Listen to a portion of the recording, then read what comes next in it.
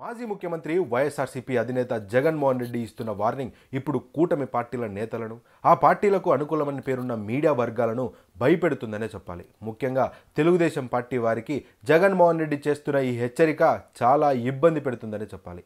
తాజాగా జగన్మోహన్ రెడ్డి తన పార్టీ నాయకుల సమావేశంలో మాట్లాడుతూ, మిమ్మల్ని ఎవరైతే ఇబ్బంది పెడుతున్నారో వారి పేర్లన్నీ రాసి పెట్టుకోండి.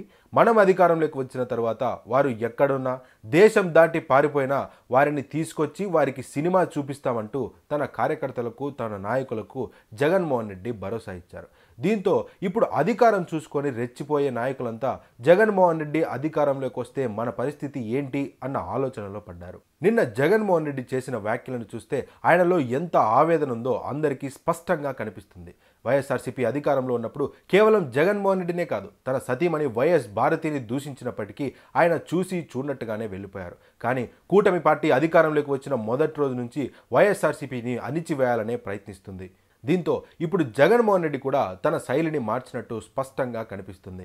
మరోవైపు కూటమి పార్టీలకు అనుకూలమని పేరున్న మీడియా వర్గాలు మాత్రం జగన్మోహన్ రెడ్డి చేసిన ఈ వ్యాఖ్యలను వక్రీకరించడానికి చాలా బలంగానే ప్రయత్నిస్తున్నారని చెప్పాలి. జగన్మోహన్ రెడ్డి ఐఏఎస్లను, ఐపీఎస్లను అందరినీ బెదిరిస్తున్నారంటూ ప్రచారం చేస్తున్నారు. జగన్మోహన్ రెడ్డి కేవలం ఎవరైతే కూటమి ప్రభుత్వానికి అనుకూలంగా పనిచేస్తూ వైఎస్ఆర్సీపీ నాయకులను, వైఎస్ఆర్సీపీ కార్యకర్తలను ఇబ్బంది పెడుతుంటారో వారికి మాత్రమే హెచ్చరిక చేస్తున్నారు. అది కూడా చట్టబద్ధంగానే శిక్షిస్తామంటూ మాట్లాడుతున్నారు. కానీ మీడియా మాత్రం ఐఏఎస్లను, ఐపీఎస్లను అందరినీ జగన్మోహన్ రెడ్డి బెదిరిస్తున్నారంటూ జగన్మోహన్ రెడ్డి చేసిన వ్యాఖ్యలను వక్రీకరించే ప్రయత్నం చేస్తున్నారు.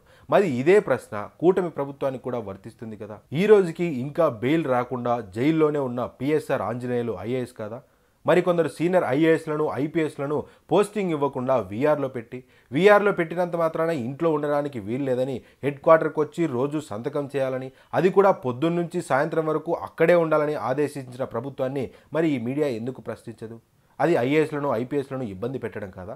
అంతేకాకుండా నిన్న జగన్మోహన్ రెడ్డి మాట్లాడుతూ, మిమ్మల్ని ఎవరైతే ఇబ్బంది పెడుతున్నారో వారి పేర్లన్నీ రాసుకోండి, నేను రెడ్ బుక్ అని చెప్పాను కానీ మీ ఇష్టం వచ్చిన బుక్లో రాసుకోండి, అధికారంలోకి వచ్చాక వారికి ఖచ్చితంగా సినిమా చూపిస్తామంటూ మాట్లాడారు. దీంతో తెలుగుదేశం పార్టీకి అనుకూలమని పేరున్న కొన్ని మీడియా ఛానళ్లు చర్చా కార్యక్రమాలు పెట్టారు. అధికారులను బెదిరిస్తున్నారు జగన్మోహన్ రెడ్డి, పేర్లు రాసుకోమంటున్నాడు జగన్మోహన్ రెడ్డి అంటూ. మరి గతంలో నారా లోకేష్ గారు రెడ్ బుక్లో పేర్లు చేరుస్తున్నప్పుడు ఇటువంటి చర్చలు ఎందుకు పెట్టలేదో మరి అప్పుడు ప్రశ్నించవచ్చు కదా. లేదు, కేవలం జగన్మోహన్ రెడ్డి చేస్తేనే అది నేరం, మిగతా వారు ఎవరు చేసినా కూడా అది చట్టబద్ధమే అవుతుంది. సో మొత్తానికి జగన్మోహన్ రెడ్డి ఇచ్చిన ఈ వార్నింగ్ కూటమి పార్టీ నాయకులను చాలా ఇబ్బంది పెడుతుందని చెప్పాలి. పైగా ఇప్పటికే చాలా మందికి మళ్ళీ అధికారంలోకి వస్తామేమో అన్న నమ్మకం కూడా లేదు. ఇటువంటి సమయంలో ఏదైనా చెబితే ఖచ్చితంగా చేసే జగన్మోహన్ రెడ్డి వార్నింగ్ కూటమి పార్టీల నాయకులను భయపెడుతుందనే చెప్పాలి. ప్రతి కార్యకర్తకు నేను ఒకటే చెప్తా ఉన్నా, ఎవడెవడైతే మీకు అన్యాయం చేశాడో పర్వాలా, అన్యాయం చేయండి, చేయించుకుంటాం, టైం మీది, కానియండి, కొట్టండి అని చెప్పండి. ఆడు ఎవడు ఏం చేస్తా ఉన్నాడో పేరు రాసుకోండి. రెడ్ బుక్ అని నేను చెప్పను కానీ పేరైతే రాసుకోండి. మీరు ఏ బుక్లో రాసుకున్నా పర్వాలా, పేరైతే మీరు రాసుకోండి. దాని తర్వాత మాత్రం అన్యాయం చేసినోనికి సినిమా మాత్రం మనం చూపిస్తామని చెప్తాను. ఆ మనిషి రిటైర్డ్ అయి ఉన్నా కూడా లాక్కొని వస్తా, ఆ మనిషి దేశం ఇడిచిపెట్టిపోయినా లాక్కొని వస్తా. ఎవరిని వదిలిపెట్టేది ఉండదు. ఒక్కొక్కడికి మాత్రం సినిమా మాత్రం ఎలా చూపించానో అలా చూపిస్తామని మాత్రం చెప్తాను.